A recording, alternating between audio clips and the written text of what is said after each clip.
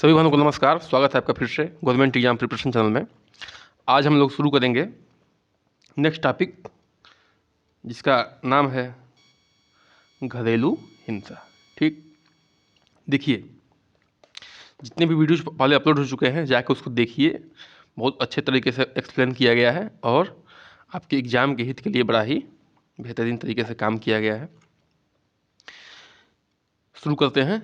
जब किसी महिला को उसके परिवार के किसी सदस्य द्वारा या किसी सगे संबंधी के द्वारा उसके जीवन पर किसी भी प्रकार का संकट या क्षति या अपमान उत्पन्न किया जाता है तो कहता है कि उस महिला के साथ घरेलू हिंसा हो किया गया है। ठीक है, अब देखिए घरेलू हिंसा में खाली महिलाएं ही नहीं आती हैं, खाली बच्चे ही नहीं आते हैं, उसमें बूढ़े भी हो सकते हैं, आदमी भी हो सकता है। लेकिन चूँकि मैक्सिमम ये पितृसत्तात्मक देश है, यहाँ पे मैक्सिमम घरेलू मैक्सिमम जो है घरेलू हिंसा महिलाओं के साथ और बच्चों के साथ ही होता है, इसलिए इसमें जो है ऐसी चीज़ों को लिखा गया है। ठीक है, तो हम लोग अपना माइंडसेट जो है बच्चों और औरतों की तरफ ही रखेंगे। क्यों? क्योंकि हम लोग मुख्य सेविका की तैयारी कर रहे हैं और ख़ास उन्हीं का जो है जिक्र ज़्यादा दिया हुआ है इसमें अपने अपने अपने सिलेबस में। ठीक है, लेकिन घरेलू हिंसा जो है किसी के साथ भी हो सकता है। हाँ, पुरुषों के साथ कम होता है।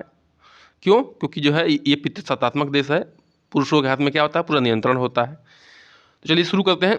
देखिए, जब किसी महिला को उसके परिवार के किसी सदस्य द्वारा या किसी सगे संबंधी द्वारा उसके जीवन पर किसी भी प्रकार का संकट या क्षति या अपमान उत्पन्न, ठीक है, अब संकट क्षति किसी भी प्रकार का हो सकता है।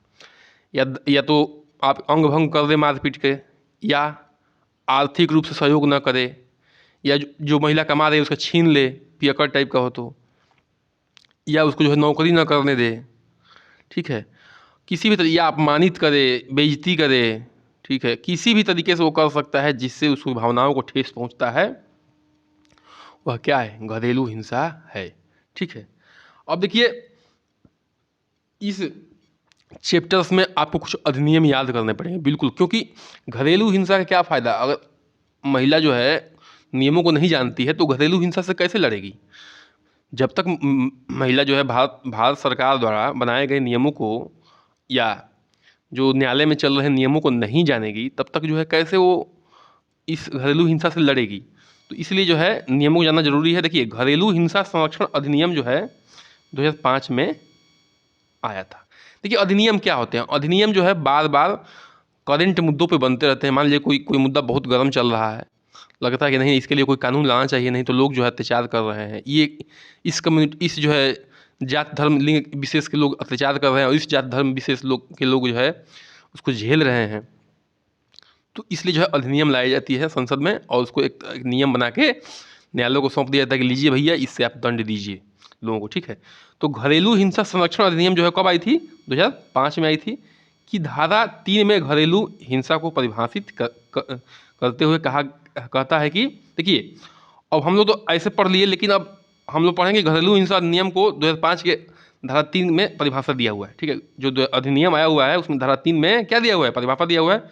उसके हिसाब से पढ़ेंगे कि महिला या बालक, ठीक है, महिला या बालक या बालिका, महिला या बालक या बालिका जिनकी उम्र क्या है 18 वर्ष से कम है, का परिवार का या सदस्य द्वारा मारपीट, हिंसा, दुर्व्यवहार, अपमान, मानसिक शारीरिक क्षति, यौन शोषण व आर्थिक हानि पहुंचाना घरेलू हिंसा है। देखिए, या तो कोई महिला हो या बालक बालिका हो, बालक बालिका की उम्र कितनी होनी चाहिए, 18 से कम होनी चाहिए। का परिवार या सदस्य द्वारा मारपीट किया जाए, हिंसा की जाए, ठीक है, दुर्व्यवहार, कोई ऐसा व्यवहार करे जो उससे भावनाओं क्या हो, क्षति पहुँचे, भावनाओं को ठेस पहुँचे, अपमान करे उसका, मानसिक या शारीरिक रूप से क्षति, ठीक है, यौन शोषण करे। ठीक है, यौन शोषण में क्या हो गया, छेड़खानी हो गया, बलात्कार हो गया, ये सब हो गया। और आर्थिक हानि पहुंचाना क्या है, घरेलू हिंसा में आता है। इस प्रकार घरेलू हिंसा में सर्वाधिक पीड़ित महिलाएं एवं बच्चे होते हैं जो अपने परिवार के द्वारा शारीरिक या मानसिक रूप से शोषित की जाते हैं। ठीक है, इसमें क्या होते हैं, मैक्सिमम क्या होती हैं, ये पीड़ित महिलाएं होती हैं या तो बच्चे होते हैं जो क्या किए जाते हैं, अपने परिवार ही के द्वारा शारीरिक और मानसिक जो है शोषित किए जाते हैं। ठीक है, तो आगे बढ़ते हैं।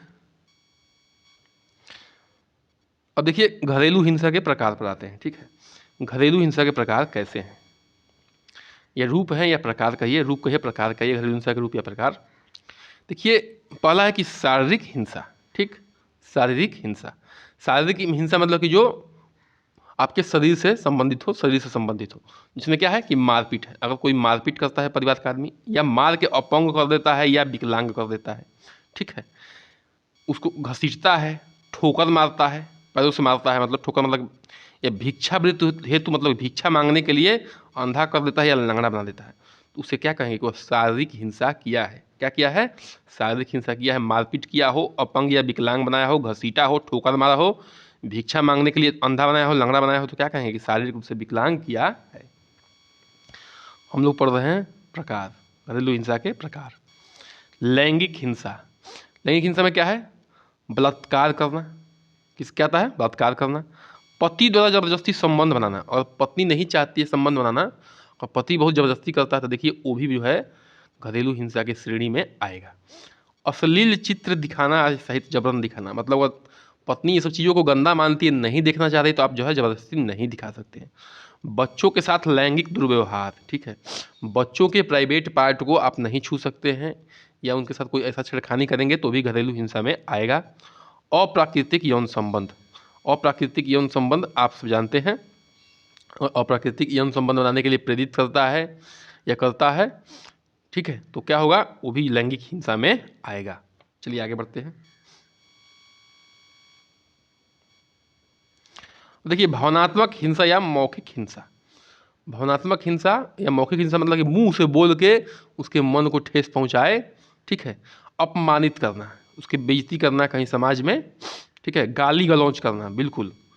आचरण या चरित्र पर आरोप लगाना, अगर वो गलत नहीं है, झूठे आचरण पर आरोप लगा रहा है, तो क्या होगा, वो भी जो है भावनात्मक हिंसा या मौखिक हिंसा में आएगा।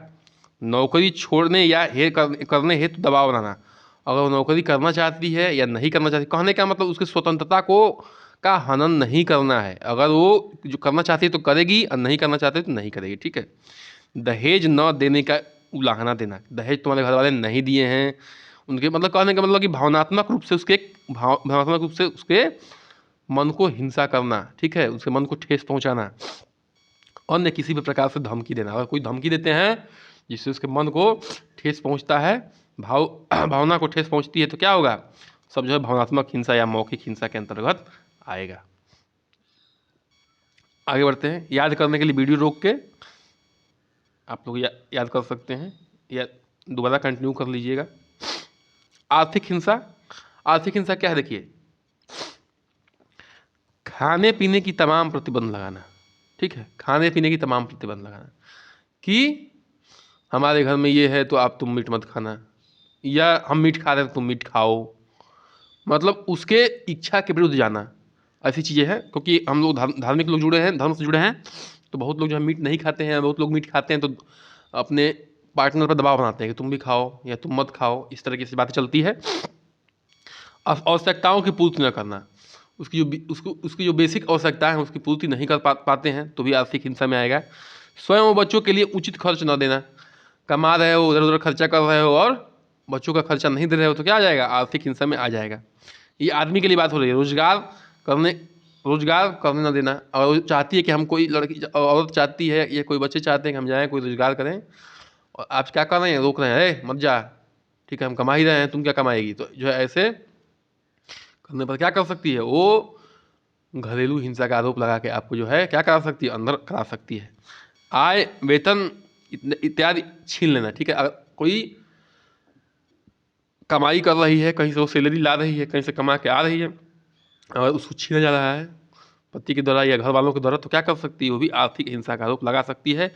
घर से बाहर न निकलने देना, घर से बाहर जा रही है मार्केटिंग करने के लिए या काम करने के लिए, किसी भी अन्य कार्य से उसको रोका जाए, तो भी आर्थिक हिंसा के रूप में घरेलू हिंसा हो जाएगा। आगे बढ़ते हैं। घरेलू हिंसा से पीड़ित पक्षकार, मैंने घरेलू हिंसा से कौन कौन पीड़ित है, तो देखिए महिलाएं भी पीड़ित हैं, बालिकाएं भी पीड़ित हैं, बालक भी पीड़ित है, इतना तो मेन है।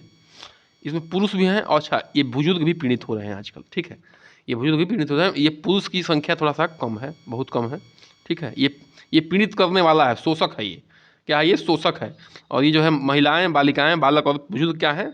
शोषित है। इसे ध्यान रखिएगा। पुरुष भी शोषण होते हैं, अगर कहीं महिलाएं दबंग मिल गई तो काम हो जाता है, लेकिन ऐसा बहुत कम देखने को मिलता है, ठीक है। घरेलू हिंसा के प्रकार, घरेलू हिंसा के प्रकार, ठीक है। तो घरेलू हिंसा के घरेलू हिंसा के कारण, घरेलू हिंसा के कारण क्या है? देखिए, महिलाओं के प्रति घरेलू हिंसा का मुख्य कारण रूढ़िवादी मानसिकता है कि महिलाएं पुरुषों की तुलना में शारीरिक और भावनात्मक रूप से क्या है? कमजोर है। मुख्य कारण क्या है? पितृसत्तात्मक समाज, ठीक है, पितृसत्तात्मक समाज।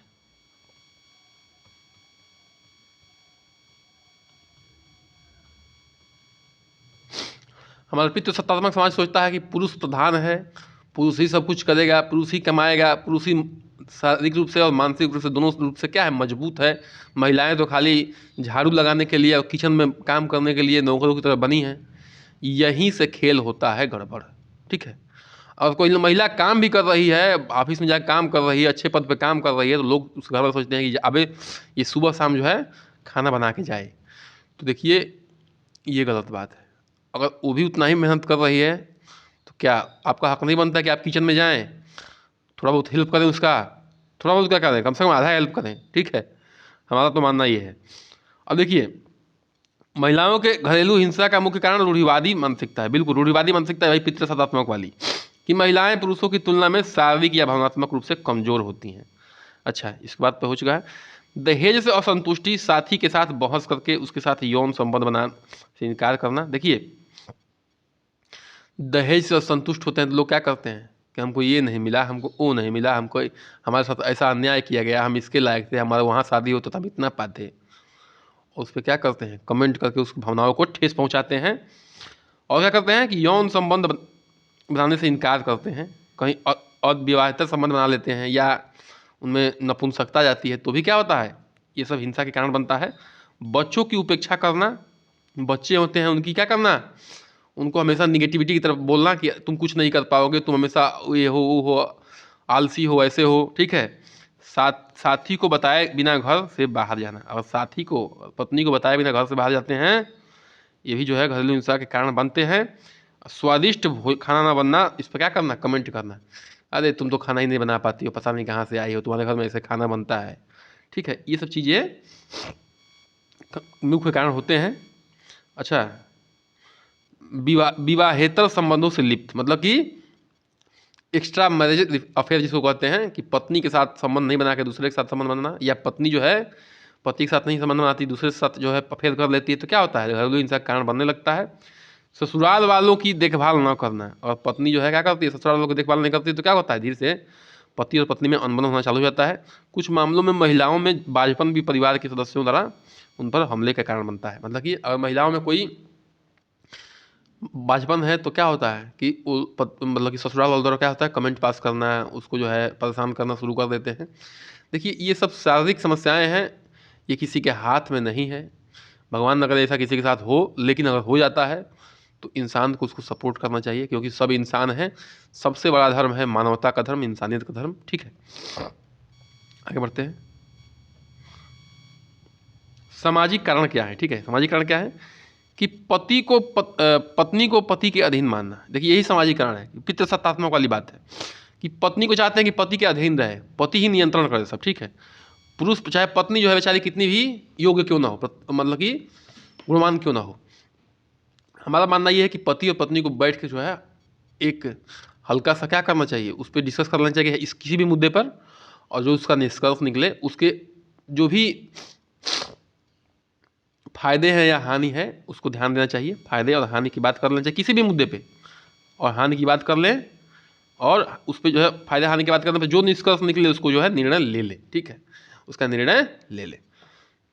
अब देखिए, पुरुष प्रधान समाज होता है, ठीक है, यही सामाजिक कारण है। पुरानी रूढ़ियों और प्रथाओं को महिलाओं को निम्न स्तर का मानना। देखिए, हमारे पुराने रूढ़ि मतलब कि प्रथाओं में, चाहे रूढ़िवादियों में महिलाओं को मात्र एक जो है वस्तु माना गया है, एक संभोग का साधन माना गया है, उनको जो है इंसान का दर्जा दिया ही नहीं गया। और इस वजह से जो है अभी भी वो रूढ़िवादी परंपरा बनी हुई है और हमारे महिला बहनों को, ठीक है, इस चीज़ों का सामना करना पड़ रहा है। हालांकि समाज बहुत चेंज हुआ है पढ़ने लिखने जागरूक होने से, लेकिन अभी भी बहुत चेंज होने की ज़रूरत है। आर्थिक कारण पे आते हैं। देखिए आर्थिक कारण में क्या है, परिवार में पुरुष द्वारा ही कमाई किया जाना, मतलब ये सोचते हैं लोग कि पुरुष ही कमाएगा, महिला नहीं कमा सकती। अरे भैया, महिला काहे नहीं कमा सकती है, महिला क्या नहीं कर रही है आजकल, ठीक है।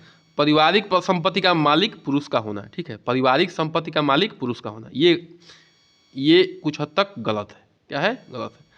देखिए मैं बता रहा हूँ कि जब तक आर्थिक रूप से स्ट्रांग नहीं होगी महिला, तब तक उसको सम्मान नहीं मिलेगा, क्योंकि आजकल जो है पैसा का महत्व बहुत बढ़ गया है।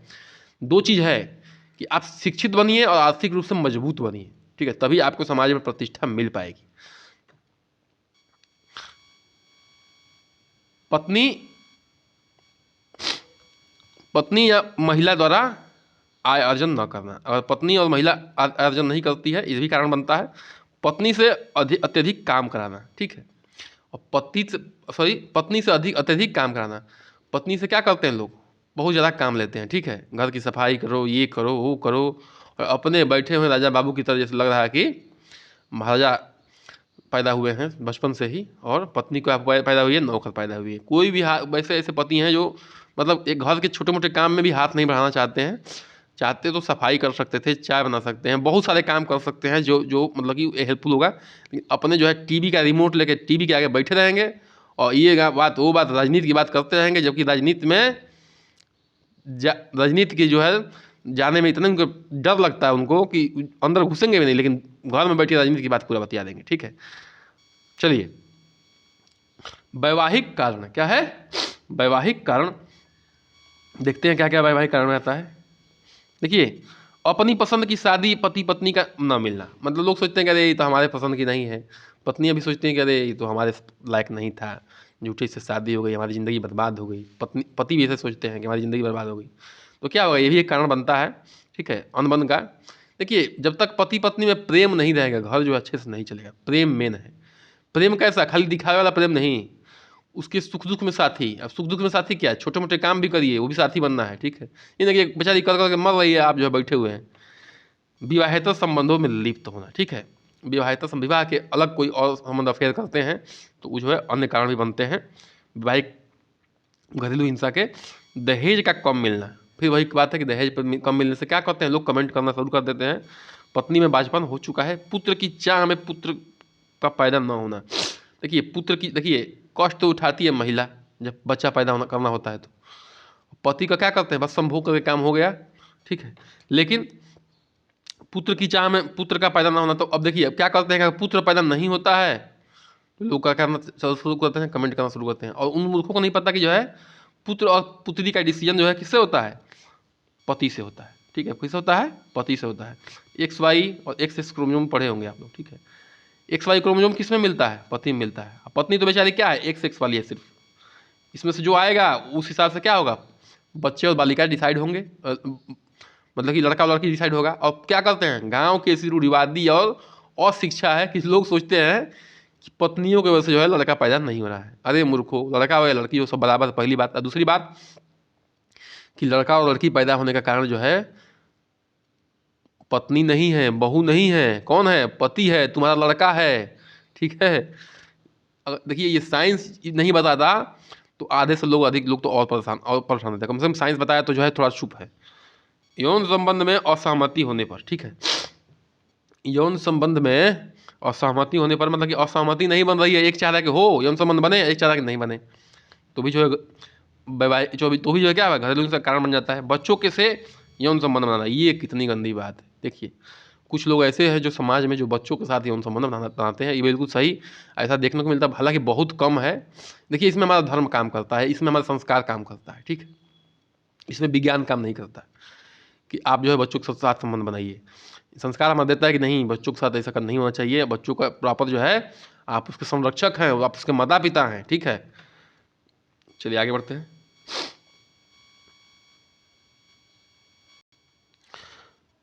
अन्य कारण पे आते हैं।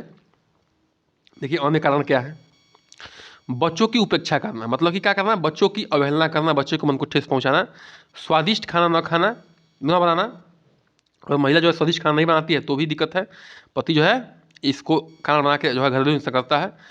पति के निर्देशों का पालन न करना, अगर पति कोई आदेश दिए देते हैं, अगर पत्नी जो है भूल गई या गलती से नहीं कर पाई किसी अन्य कारण से, तो क्या करते हैं पति महोदय महाराज दंड देने पर उतारू हो जाते हैं। ठीक है, ये सब घरेलू हिंसा के कारण बनते हैं।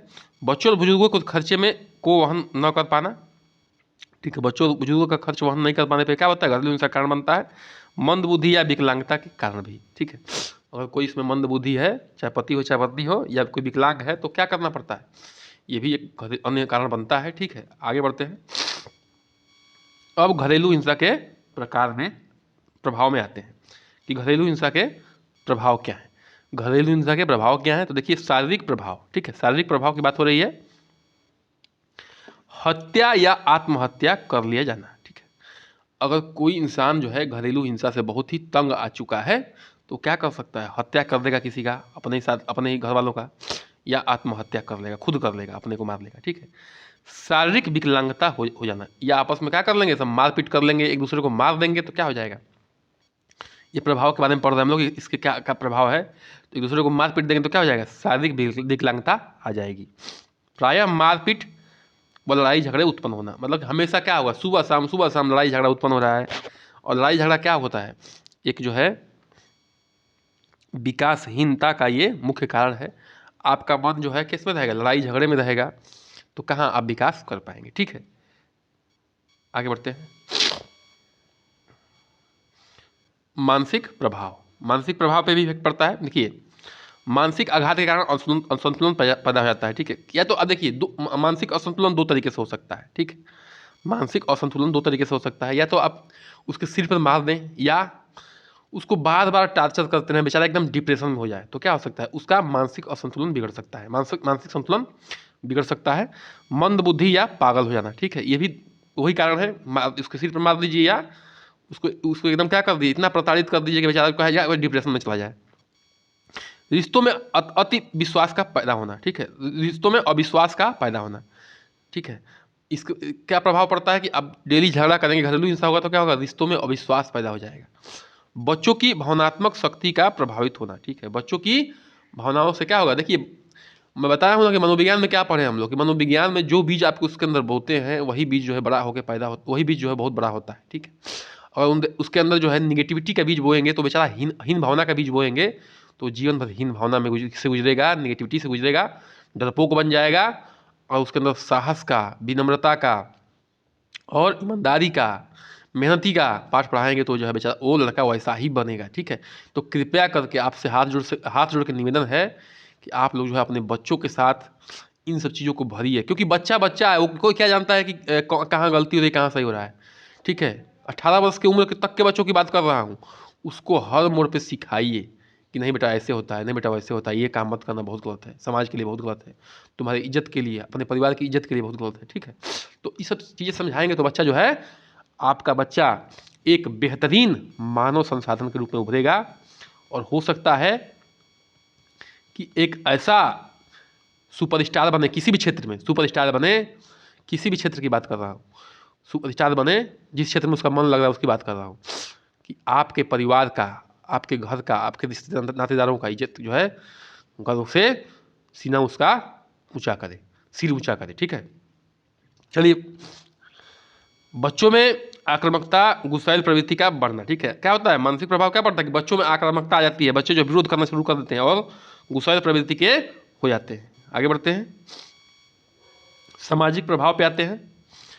देखिए बलात्कार इत्यादि से पीड़ित बालिकाओं के पूरे समाज से कट जाना, एकांकी हो जाना। देखिए जिनका बलात्कार हो जाता है उन बच्चियों को लोग क्या करते हैं, उनसे शादी नहीं करते हैं, उनको बहुत गलत निगाह से देखते हैं, अरे बलात्कार वो थोड़े करवाई थी, वो तो कुछ दरिंदों ने क्या किया, पकड़ के ऐसा काम कर दिया, उस बेचारी क्या गलती है। ठीक है, उसका जीवन जो है ये समाज क्या कर देता है, एकदम बेकार कर देता है। क्यों, क्योंकि वो बेचारी जो है बलात्कार से पीड़ित, लोग सोचते थे इसका ही तो बलात्कार हुआ था, लोग जो है उसको गलत निगाह से देखना शुरू कर देते हैं, जीवन की गुणवत्ता का प्रतिकूल प्रभाव पड़ना। ठीक है, और देखिए मैं बताया ना कि जीवन की, जब आपका घरेलू हिंसा होगा, आपके घर हमेशा कलह बना रहेगा, तो आपका जो है गुणवत्ता खराब होगी, आप अपने काम पे ध्यान नहीं दे पाएंगे,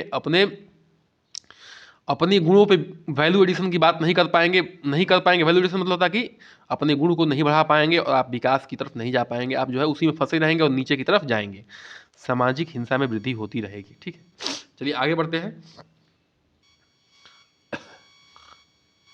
अब देखिए घरेलू हिंसा रोकने के उपाय, बिल्कुल जब घरेलू हिंसा हो रहा है तो रोकने के उपाय भी होंगे।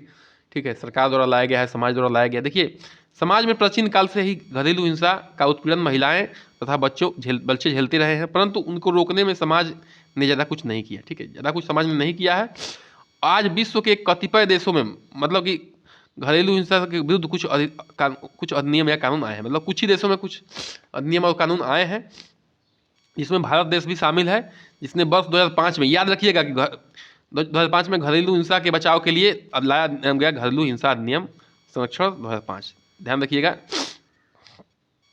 ये बहुत ही इंपॉर्टेंट पॉइंट है, मैं बार बार कर रहा हूँ, बहुत इंपॉर्टेंट पॉइंट है। डायरेक्ट क्वेश्चन बनेगा कि घरेलू हिंसा से महिलाओं का संरक्षण अधिनियम 2005, ये इसे याद करिएगा। ऐसा क्वेश्चन आ सकता है घरेलू हिंसा से महिलाओं का संरक्षण अधिनियम कब आया था, तो 2005 में आया था। बिल्कुल डायरेक्ट क्वेश्चन बनता है। ठीक है, क्या बनता है, डायरेक्ट क्वेश्चन बनता है, और आपको जो है अच्छे से इसको याद कर लीजिए, बैठा लीजिए। क्यों? क्योंकि ये महिलाओं की सुरक्षा के लिए बहुत बड़ा कानून है। अब देखिए घरेलू हिंसा से महिलाओं का संरक्षण अधिनियम का एक कारगर तथा उपयोगी कानून सिद्ध हुआ। ठीक है, बता रहे हैं कि कारगर तथा उपयोगी कानून सिद्ध हुआ जो काफ़ी हद तक महिलाओं एवं बच्चों का घरेलू हिंसा से बचाव किया। तो इसीलिए भैया ये इम्पॉर्टेंट है कि अधिनियम कब आया, इसमें से कुछ धाराओं को बताऊंगा, वो भी इम्पॉर्टेंट है। ठीक है, एकदम जान लीजिए। घरेलू हिंसा का महिलाओं से संरक्षण अधिनियम 2005 की मुख्य धाराएं जो हिंसा से रोकने में सफल रही हैं, जो कि हिंसा से रोकने में क्या रही हैं, सफल रही हैं। इस अधिनियम में कुल 5 अध्याय और 37 धाराएं हैं। ध्यान रखिएगा, ये भी क्वेश्चन आ सकता है कि इस अधिनियम में कितने अध्याय हैं और कितनी धाराएं हैं, तो 5 अध्याय और 37 धाराएं। देखिए ये विषय है वकील साहब लोगों का, जज साहब लोगों का, लेकिन हमें भी समाज में रहना है तो इन कानूनों को जानना है। अगर आप गलती कर दिए तो जाकर न्यायालय में नहीं कर सकते हैं कि सर हमें तो पता ही नहीं था कि ये भी अधिनियम आया हुआ है, हमको ये सज़ा मिल गई। क्यों? क्योंकि आपको नागरिक बनने का फर्ज है, एक नागरिक बनने का फर्ज है कि आप सब इन सब चीज़ों को पढ़िए, ठीक है, जानिए। ये वहाँ न्यायालय में नहीं जाके कह सकते हैं कि आपको जो है अरे सर हम तो नियम जानते नहीं थे, हम तो गलती कर दिए, माफ़ कर दीजिए सब। ठीक है, देखिए अगर मान लीजिए कोई चोरी करते हैं, कह दीजिएंगे जाके जज साहब से, कह हम तो चोरी किए थे, हमको सर नियम पता ही नहीं था कि इसमें ये नियम होता है, ये दंड मिलता है IPC में, तो जज साहब माफ़ करेंगे। आपका फ़र्ज है, आपका भारतीय नागरिक होने का फ़र्ज है कि आप जो है इन सब चीज़ों को पढ़िए। फिलहाल तो हम एग्ज़ाम की तैयारी कर रहे हैं तो ये सब तो पढ़ना ही है, और एक नागरिक होने के हैसियत से भी इन सब चीज़ों को जानना जरूरी है। ठीक है, आगे बढ़ते हैं। देखिए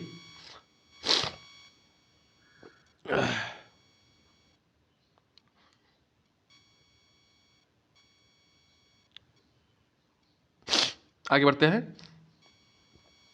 त्वरित सुनवाई धारा 12 में। ठीक है, घरेलू हिंसा की शिकायत दर्ज होने के 60 दिनों के भीतर जो है कार्रवाई किया जाना अनिवार्य है। मतलब कि इसमें इस अधिनियम में जो 2005 में अधिनियम आया था, उस अधिनियम की धारा 37 धाराएं हैं, तो उसके धारा जो मुख्य धाराएं उनको जानना जरूरी है कि धारा 12 में क्या है कि घरेलू हिंसा का कई शिकायत दर्ज होने के बाद 60 दिनों के भीतर कार्यवाही का किया जाना अनिवार्य है। मतलब कि जब घरेलू हिंसा की शिकायत दर्ज की जा रही है तो 60 दिनों के अंदर जो है कार्रवाई उस पर की जाएगी। ठीक है, आश्रय गृह में रहने की व्यवस्था धारा 6 में है। इसमें है धारा 6 में क्या है, आश्रय गृह में रहने की व्यवस्था। घरेलू हिंसा से पीड़ित महिला या बालिका बालक को अलग से रहने हेतु आश्रय गृह का व्यवस्था किया गया है। ठीक है, मतलब इस अधिनियम के तहत क्या किया गया कि अगर कोई घरेलू हिंसा से पीड़ित बालक हो या महिला हो तो उसको जो है आश्रम में रखा जाएगा, उसके लिए आश्रम की व्यवस्था धारा 6 में किया गया है। आगे बढ़ते हैं, चिकित्सीय सहायता धारा 7। ठीक है, चिकित्सकीय सहायता धारा 7, ऐसे पीड़ित के आवश्यक चिकित्सीय सहायता राज्य सरकार द्वारा निःशुल्क की जाएगी। मतलब कोई अगर पीड़ित है घरेलू हिंसा से तो राज्य सरकार क्या करेगी, निःशुल्क उसको क्या करेगी, इलाज करेगी। धारा किसमें है, धारा 7 में है। अपराधी को हिरासत में लेना, ये किसमें है, धारा 21 में है।